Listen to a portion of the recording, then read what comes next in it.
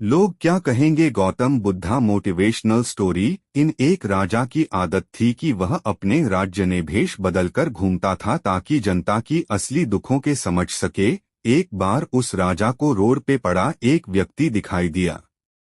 वह और उसका मंत्री व्यक्ति के पास गए तो पता चला कि वह मर चुका है और उसका मृत शरीर वहां पड़ा है। राजा ने कई लोगों से मदद मांगी पर सभी ने उस व्यक्ति का चेहरा देखने के बाद उसके मृत्यु शरीर को छूने से मना कर दिया।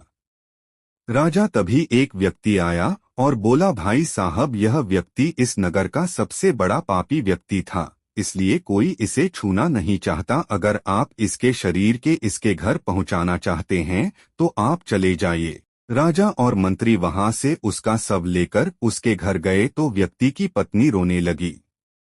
तभी राजा ने कहा, लोग बोल रहे थे कि आपके पति दुष्टकर्मी थे, इसलिए कोई इनके शरीर को नहीं छू रहा था। व्यक्ति की पत्नी ने बताया, मेरे पति रोज रात को शराब के अड्डे पे जाके शराब खरीद लेते थे और उस शराब को लाके नाली में फेंक देते थे, जिससे कई लोग शराब नहीं पी पाते थे और इस प्रकार कई लोग उस रात पाप करने से बच जाते थे।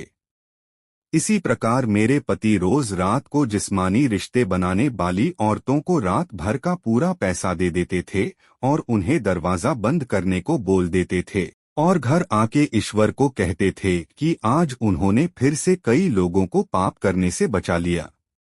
पर लोग समझते थे कि वह दुष्टकर्मी हैं, इसीलिए उन्हें कोई छूना नहीं चाहता है। पर उसी वक्त राजा ने कहा, मैं इस साम्राज्य का राजा हूँ और कल मेरे मंत्री और मैं आपके पति को कंधा देंगे और सारे राज्य को बताएं कि आपके पति महान इंसान थे।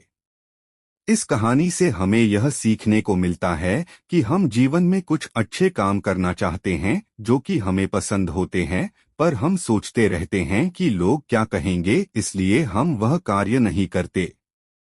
हमें लोगों के सोचने से कोई फर्क नहीं पड़ना चाहिए और अच्छे कर्म करने से डरना नहीं चाहिए।